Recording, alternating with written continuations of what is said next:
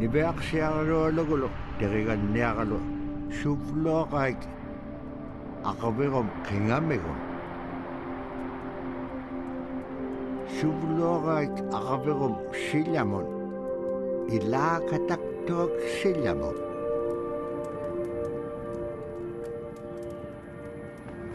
tipineraik saanganut nunaaqqim.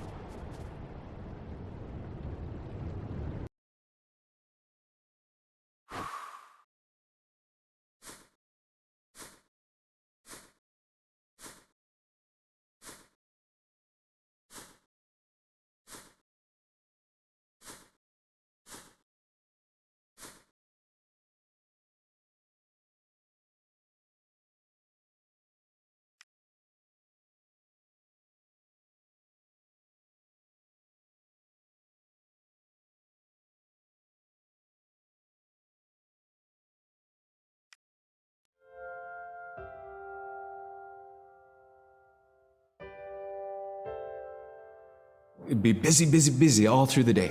You get up and you just go right to work, right to work. There was always something to do. There was never any idle time.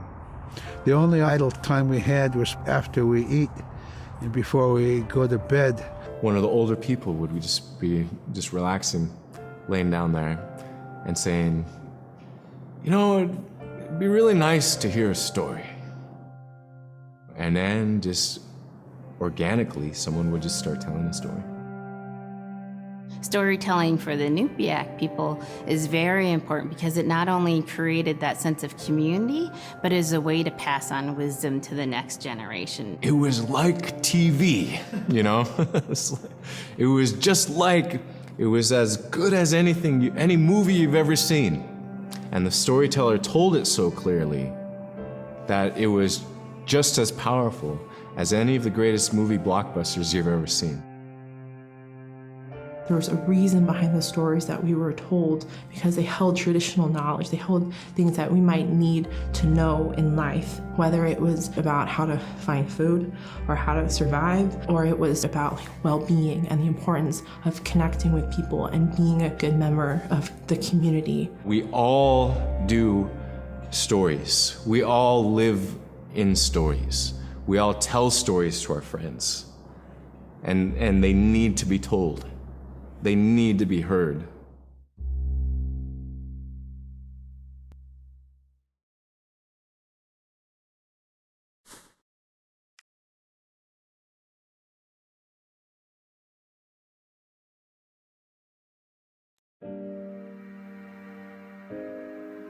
So scrimshaw is this really beautiful method of art that's done either on baleen or ivory, and traditionally it was used to tell stories. Each etching is telling a story of some event. Caribou hunting was taking place. This is what was going on. War began around this time, and so it sort of gives you a timeline of history through etching. An elder or the person who carved it would literally be able to read the scrimshaw story. They're like reading a book, in a way. A lot of the storytelling traditions would be things that after the storytelling was done, we'd just rely on the next person telling it. And so scrimshaw is a very important way for Alaskan Native people to record their history.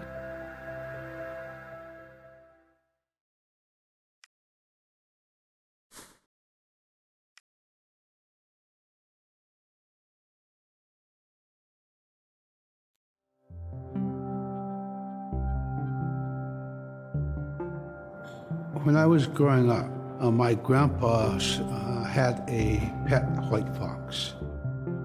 If you're a good friend with a fox, when there's danger abound, they try to keep you from getting into trouble. They pull tricks here and there, and Foxes are like spoiled little kids in a way. When you let her out, she'd go prancing out in the snow, jumping in the air. I know she was happy then.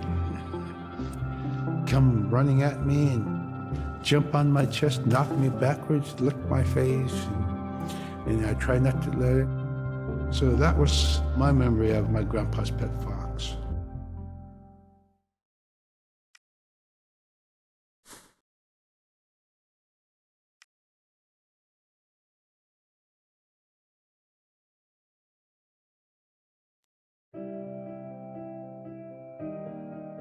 Caribou was, it provided for us in many ways. Our clothing in those days was made of all caribou skin. I grew up wearing caribou pants, mittens, caribou skin mattress, blankets. Some people had boots that were made with wolf leggings, sealskin sole bottoms. Baleen was shaved to make insoles. They kept us quite dry and warm as well. But the caribou skin clothing was the best. We would get as many yearlings as we could for our outer clothing. And for a heavy winter, we would get caribou in February or March because the hair was the longest and the skin was the thickest, and we would use those for our winter gear. With that stuff on, you could sleep outside in 50 below and it wouldn't bother you a bit.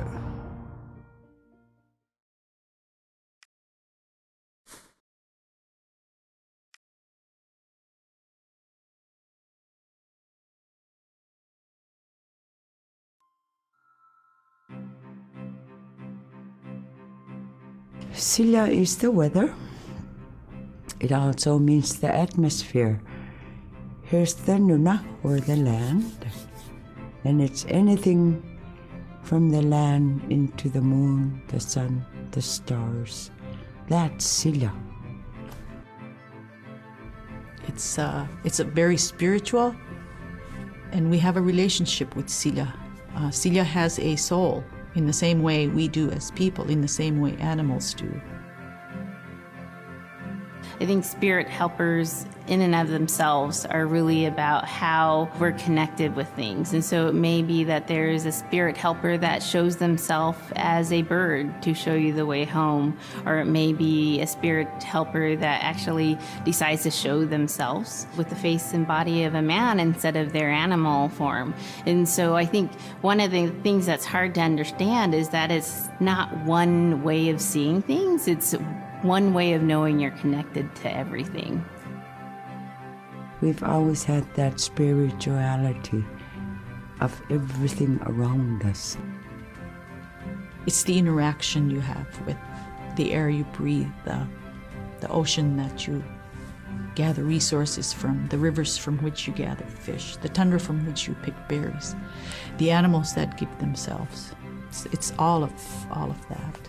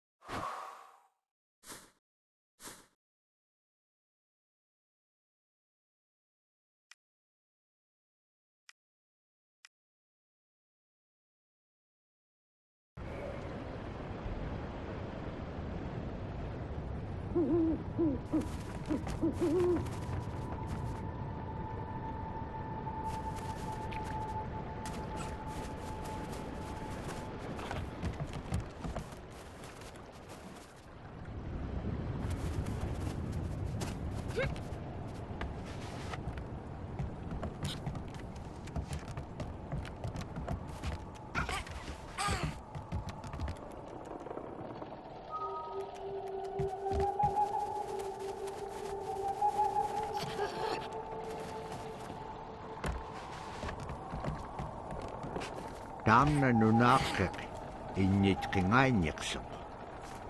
Tainaptaak pingabulugo. Ibiak siyakarolum ay makabiatun.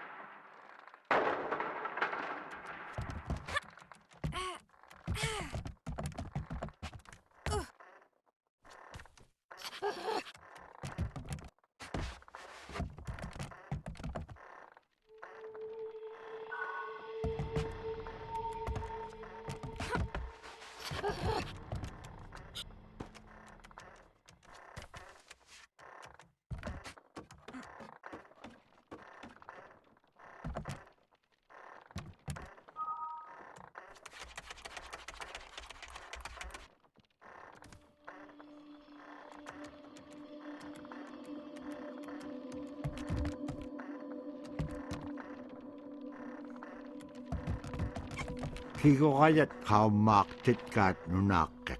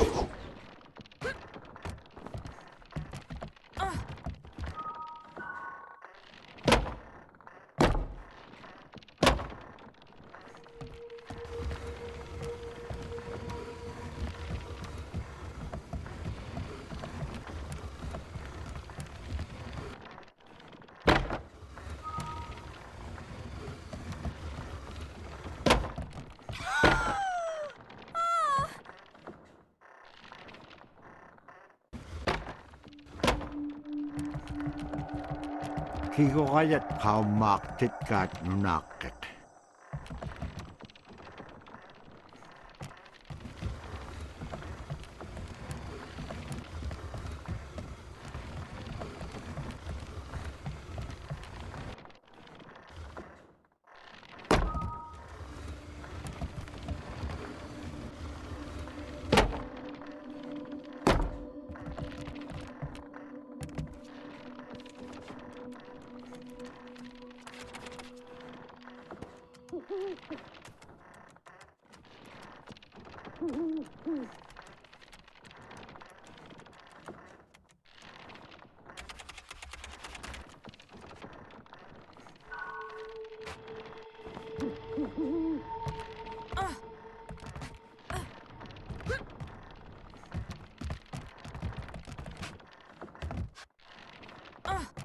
Kiroyat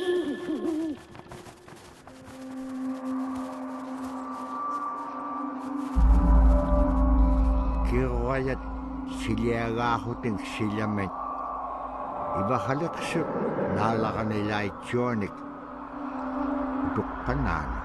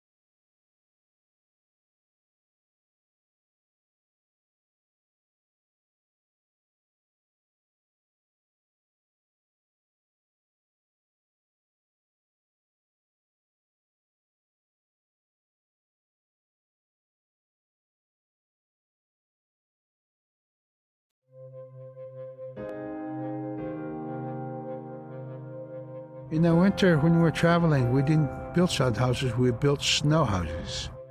In Canada, they call them igloo, but here in Alaska, we call them apuya. We'd do a day of travel, and then we'd make a apuya. The next day, my father would set traps, spend the day there, rest the dogs, give them something to eat, and then the following day, we continued to the next place. We'd go to my dad's sister, who had a house at Dubark. They had a small sod house over there. We didn't have to do anything.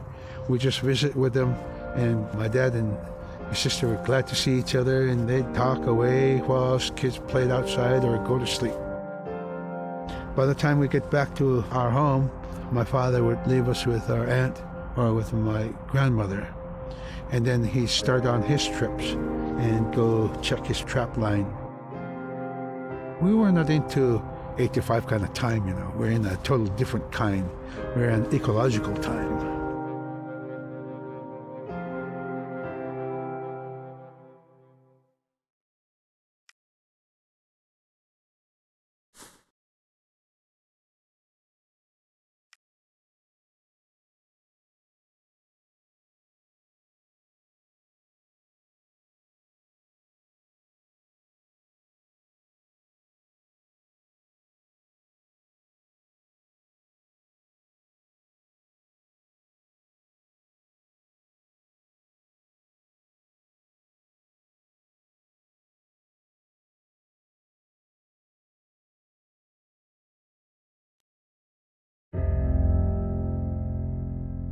Drum is something that's common to all cultures in Alaska.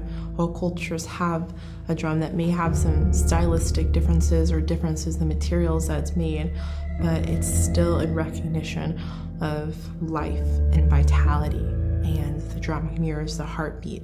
And when you continue drumming soon, it will be in line with your heartbeat, because that's what it's supposed to be, the heartbeat of the community, and it symbolizes vitality. And it's the most tremendous feeling to be in a room and to have one long row of all the drummers and to have that feeling of unity, everyone beating in harmony, the drum beat in unison. It's the most beautiful feeling. And to know that you're connected, you're on the land that you are connected to. And even if you grew up outside of the community, that which is in you comes from this area. And it's the greatest feeling.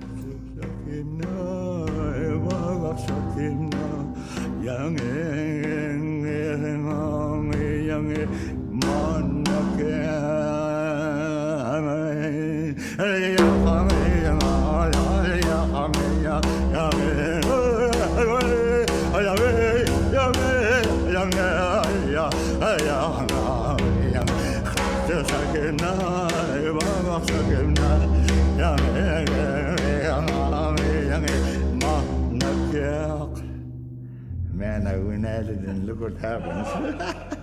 Oh.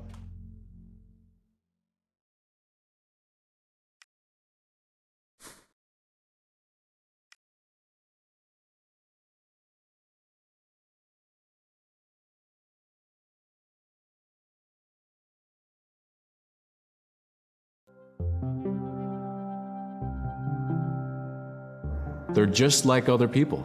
They just happen to be very small and extremely strong. These are stories that are common throughout Alaska. It's normally that people are the size from your elbow to the tips of your fingers, and they possess superhuman strength. So they may be tiny, but they can carry a whole caribou. And if you go up north and you talk to a number of the people in the community, they'll talk about having seen the little people. There's a place at home that we know, but we don't profess it to anybody. But it's not like the boogeyman. They can be mischievous, they can be ornery, or they can be helpers. And every now and then, we might have the opportunity to see them, especially if they want us to see them. The fact that it's across Alaska really tells you something about our history and how we interacted with nature around us.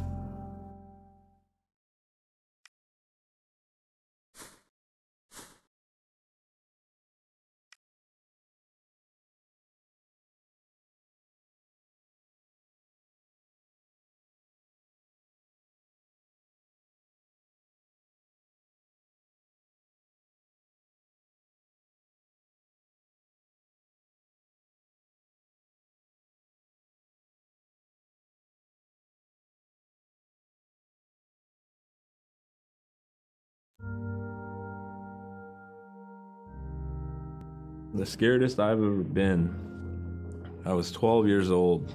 We floated out on a piece of ice while we were duck hunting. It was a bluebird day, just clear blue skies. And there was 3 of us, myself, my brother, and my dad. Next thing you know, we see this dark shadow on the ice. We look and it goes behind us. So we all jumped up, startled, and my dad, he started running. We got back to the ridge there. The ice had fractured, cracked, and broke off, and we were floating away. We were drifting. It was close enough to where my dad would have made it. He stopped and he thought about throwing us across, and if one of us was on the other side, we would be split up. So he stopped, and he just so happened to have a cell phone on him. 911 didn't pick up. That's the worst feeling in the world right there. 911 did not pick up. So he left a message because they record their calls. Once he had relayed that information, his cell phone died. That was the scariest moment I've ever had in my life. We were floating away and I thought we were left for dead.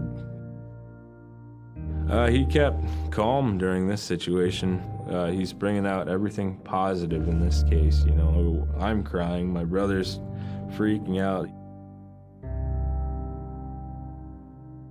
It went from clear blue to dense fog. Within a couple hours, we heard the chopper flying around, so they must have gotten our message. We thought we were saved, and then the chopper sound went away. So we lit some of the sled on fire. It's plastic. We thought black smoke in the fog would create some kind of marker.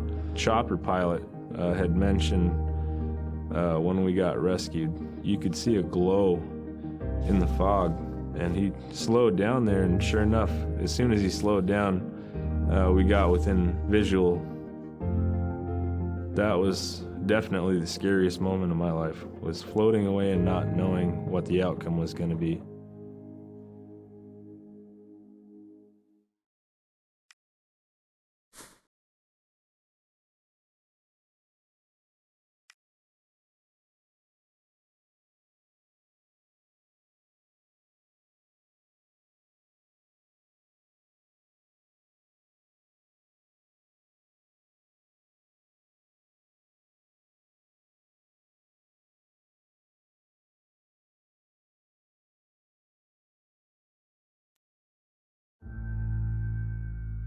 We're very much aware of the climate change. And it's been for many years, even before climatologists were noticing this change, Inuit were already saying, Sila alangokto. Our climate is changing. If the heat is going the way it is right now, for us it's going to be pretty bad.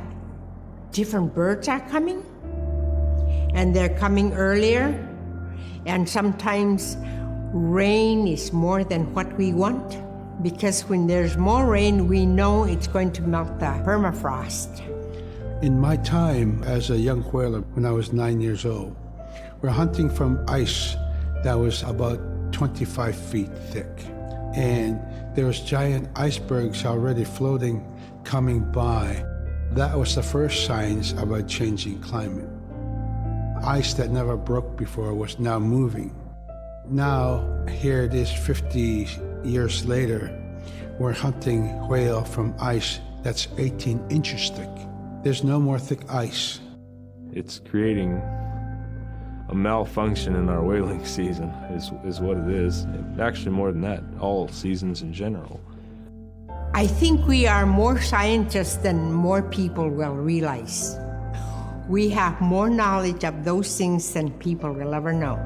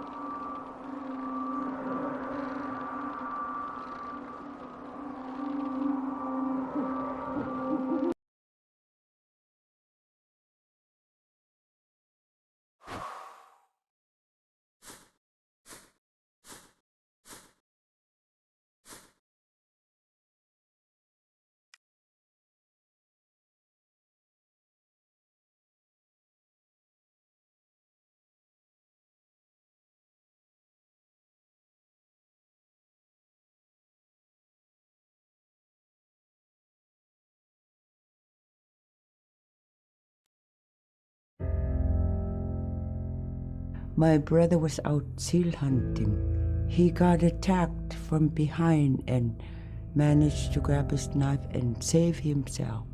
When he came to realize, oh no, it's a mother. We've always known traditionally that we avoid killing a mother. It's always been sacred to us to protect them. He had to present himself to the council, and so he was given the job to mother the baby, and we kept it. It got so big, it went over the barricade one day and got to the dog food, and that was an indication that, brother better go teach it how to survive on its own. So he did. I really got attached to the bear because I more or less grew up with it. And some days when brother took him walking, once in a great while he'd put me on the bear and I would ride on it like a horse. I was just happiest little girl in the world.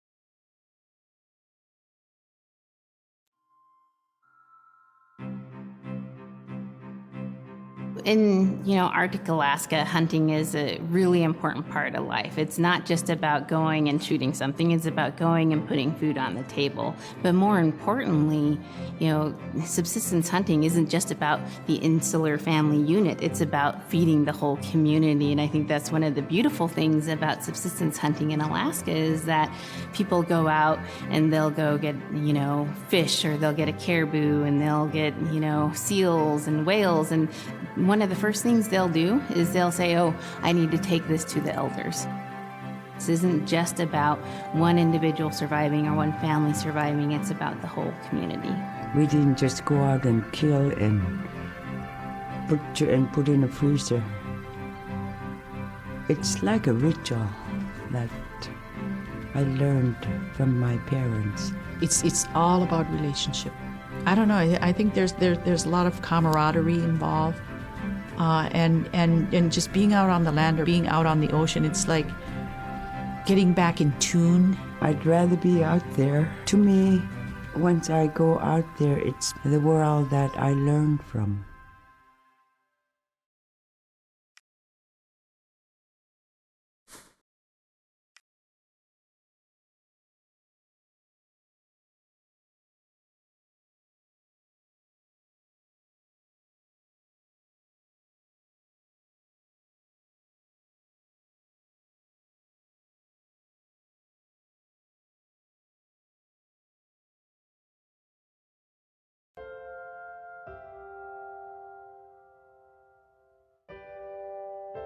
Now we spend all our time out in nature. You get very intimate with the world. And over time, if you're living that life, you start to sense that everything has a spirit. There's a consciousness in everything. Everything is alive. If everything is alive, then we want to respect it. And if we're going to use it, we want to use it respectfully. What I try to tell my nephews and nieces, you love to hunt, you have to take care of the animals that you catch, preparing the food and eating the food that you catch. Water provides you. The ice brings you life. It provides all those things that you need to be a part of your life. That was something I grew up with. I grew up respecting the animals. I grew up respecting the land. And that, to me, that is why we as Inupiaq, as an Inupiaq culture, as an Inupiaq people, is why we're so successful.